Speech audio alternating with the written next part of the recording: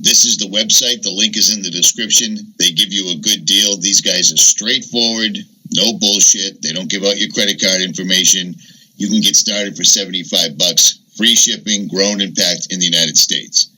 That wasn't too difficult, was it?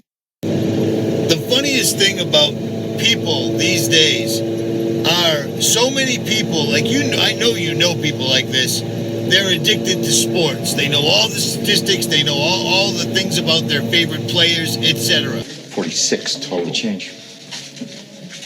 Right. How many toothpicks do you need? 250. Pretty close. Come on. All the things about their favorite players, etc. There's people that are addicted to news. People that are addicted to politics. Well, here's the deal. I've met and I've worked for some New England Patriots. And I happen to know for a fact, that football is just like boxing, is just like baseball. It's billions and billions and billions of dollars, and it's not always the best team wins. Do you see what I'm saying? I'm not going to put it straight out there, but come on, do you hear what I'm saying? There's also people that think they know everything. If they believe in global warming, they'll study everything about global warming, and they'll never look at the other side. What we're missing is the fact that climate is already changing and it's affecting us today. They'll only look at what's presented to them. Case in point, NASA.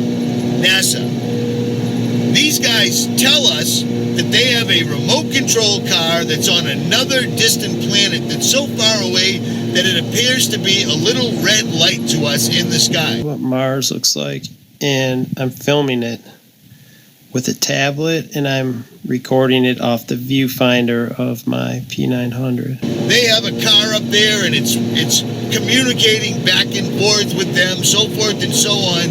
But yet, while I'm in Boston with Verizon, I lose cell phone service in town. All over the country, actually. But nope, NASA's got this secret setup where they're communicating back and forth with the Mars rover. And every time they show video of the Mars rover, it's a nice clear day. It's never a complete and total windstorm or storm of poisonous gas that you can't even see through. Because it's all an absolute fucking bullshit lie. If NASA was able to put anything on Mars, if Mars were real, as they tell us, if they were able to launch anything, land it, communicate with it, then they sure as hell could go to the moon. No problem.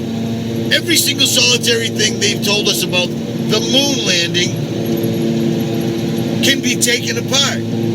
Completely. Hey, look, we're planting the flag on the moon. Oh, well, the flag's waving, even though there's no atmosphere up here, according to us. But now, suddenly, they can't even go back to the moon. They lost all the technology to do that, but we're good to go. We're going to Mars, back and forth. Everything is fine. Go to the moon in a nanosecond.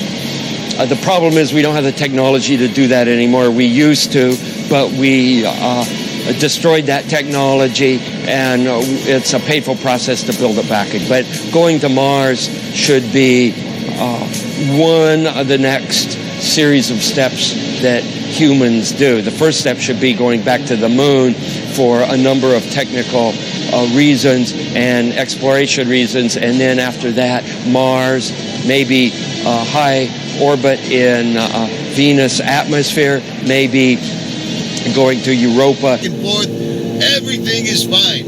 As a matter of fact, we can send rockets up and then they can land straight down. It's total, easy to see through bullshit.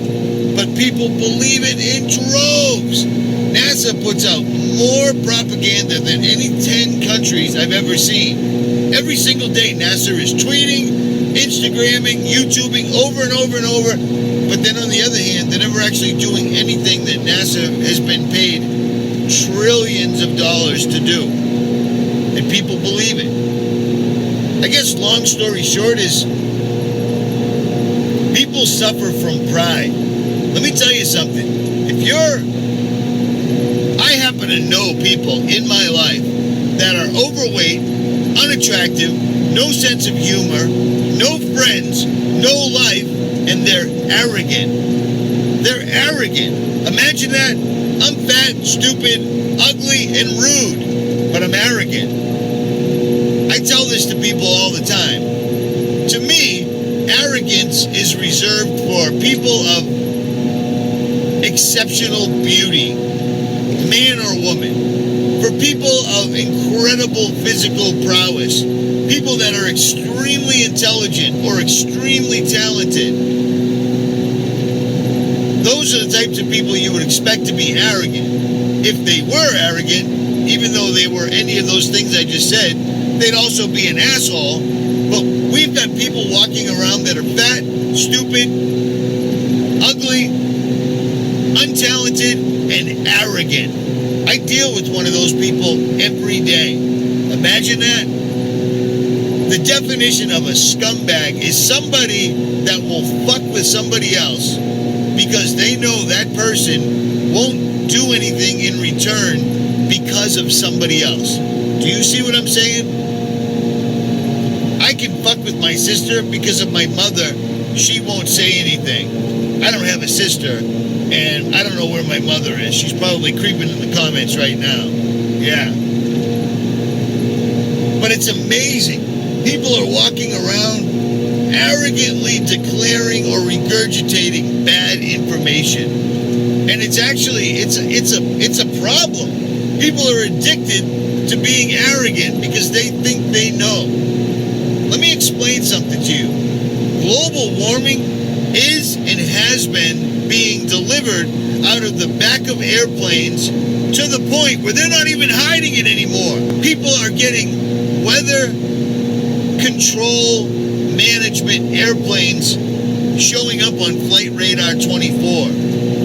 Airplanes are spraying wingtip to wingtip.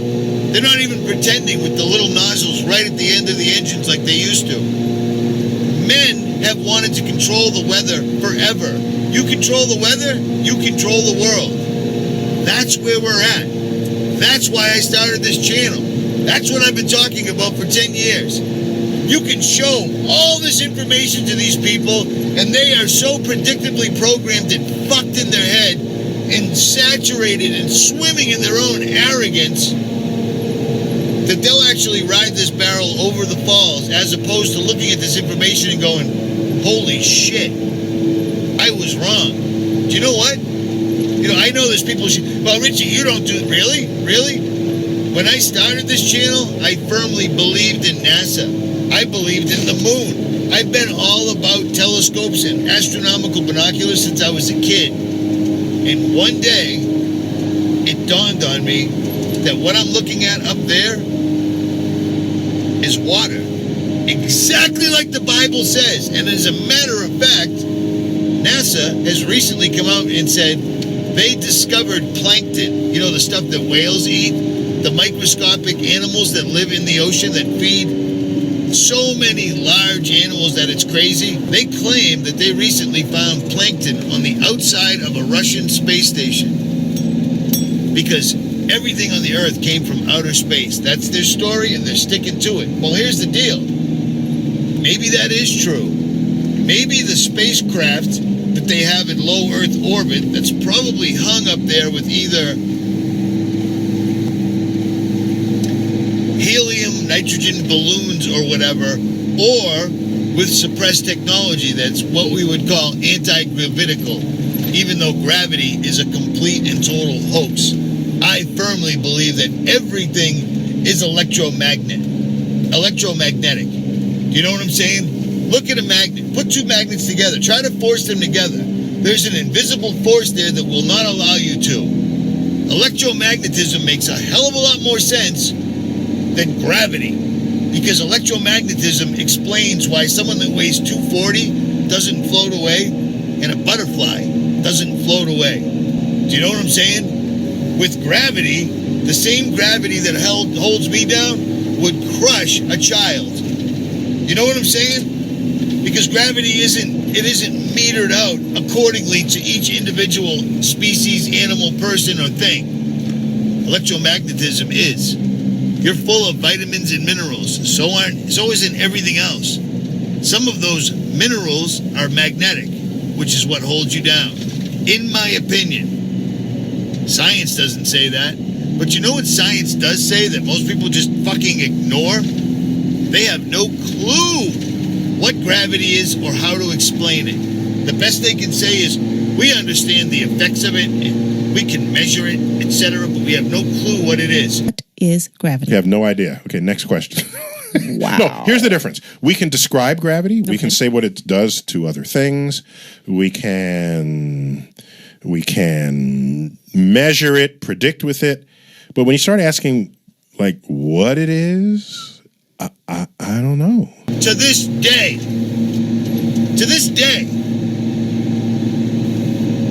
it's amazing to me. Totally, completely amazing. At any rate, long story short, I made videos for years going, oh my God, those assholes talking about flat Earth. It's totally ridiculous. It's a distraction. It makes no sense. Blah, blah, blah. Well, guess what? After doing a couple of years worth of experiments, everything I could think of, it's flat. If I can look out to sea 30, 40, 50 miles out to sea, and the horizon still comes directly up to my eyes, we don't live on a globe. If I can go to the top of a mountain that's 14,000 feet and then launch a drone off the top of that, and the horizon still meets the eye of the camera perfectly, we don't live on a globe. And then finally, I happen to know people that have jumped out of airplanes. You can't do this, I can't do this, but the military does. They've jumped out of planes at 40, 50, 60,000 feet, twice as high as a commercial airliner flies, and they know the Earth is flat. I had to swallow that one because I'm the same one making videos going, it's ridiculous, it's so stupid. But once you understand the Earth is flat, now you understand why NASA is completely and totally lying. Now you understand everything. You know what I'm saying? It still kind of trips me out that people that know all about the flat Earth still don't believe in God. I mean, are you shitting me? Waters above, waters below. Who separated those waters and put us in here? I am almost positive, I have no way to prove this, but it's what I think. I'm almost positive that this might be the only physical plane. There is no outer space. There's a lot of other dimensions. There's dimensions that are intertwined with ours right now. So, technically, there are entities all around me right now that aren't showing up on this camera, that I can't see. But here's the deal. A dog can see shit that I can't see. A cat can see shit that we can't see. Our eyes are pretty limited. If evolution was real in any way whatsoever at all, we would have evolved with a full coat of hair so we could deal with the weather, and we would have night vision automatically, just like animals. But apparently cats were smarter than humans when they evolved, and they got vision that works 24/7. We didn't think of it. It's bullshit. It's fucking bullshit. And I had to swallow that one, and it was not easy. We are living in what's considered God's footstool. God can see each and every one of us. But he doesn't even need to see each and every one of us because he created each and every one of us. We live in a place where they are going out of their way to make you think that the Earth was just this complete total accident, no big deal. You used to be a monkey, now you're a person. You weren't smart enough to develop, fur to stay warm, a long tongue to stay cool, night vision to see half of the day. Think about it. It's total, complete, utter bullshit.